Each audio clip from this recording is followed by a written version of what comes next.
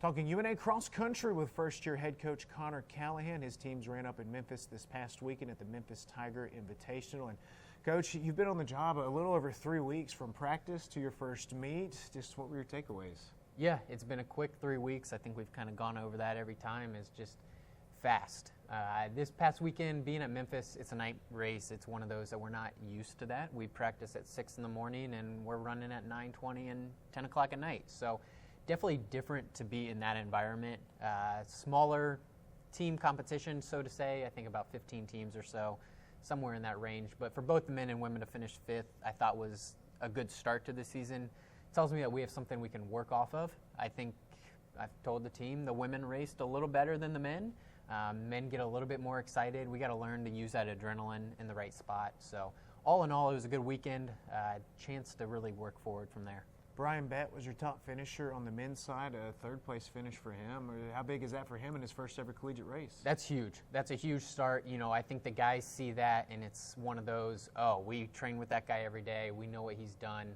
We can really continue to work off of that, and I think for him to be third, I think he's hungry because I still don't think he's in the shape that he needs to be in or that he expects himself to be in right now. I think he's got bigger goals than finishing third. It's one that a guy tried to make a move kind of late in the race, and he made a move with it, and then they get into the stands, and that guy kind of gets him again. So continuing to work on that fitness, I think he'll be ready to go here in a couple weeks. Gracie Matthews, Laura Mobley, a pair of top 25 finishes on the women's side. Do you feel like there's good balance over there? Yeah, it's one of those, the race finished, I see the results, I look a day later, and it's like, oh, we just had 5 seniors in our top 5. So to be led by 2 seniors and then kind of have the 3 right there behind, it's one of those that Gracie kind of led the way. And she's done that since day one, practice, her and Laura kind of back and forth in those workouts. So it's one that you come to expect that, and it's good when you see that actually come together in a race because at practice you see it and you kind of hope that, you know, they have that competitiveness in them. So it was good to see those 2, but the group right behind. You know, we have 3 girls right there in a mix in a kind of tight spot, and I've told them we got to run as a pack. We got to run as a pack. We don't have somebody that's going to go win a race on the women's side right now, in my opinion.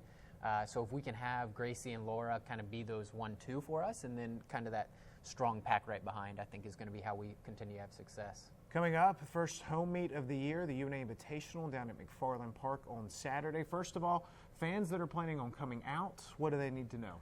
7:45 is the women's start, 8:30 for the men. So if you could get there by 7:30ish or so, that would probably be a little bit better. Parking, there's plenty of parking. There's plenty of all that.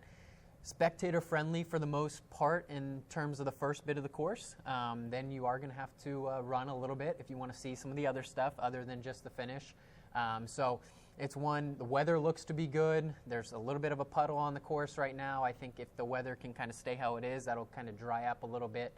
But it's a fast course. We're excited to be on it. We were just on it Tuesday, and everyone will be here Friday and Saturday. It'll be here this weekend. Lions down at McFarland Park.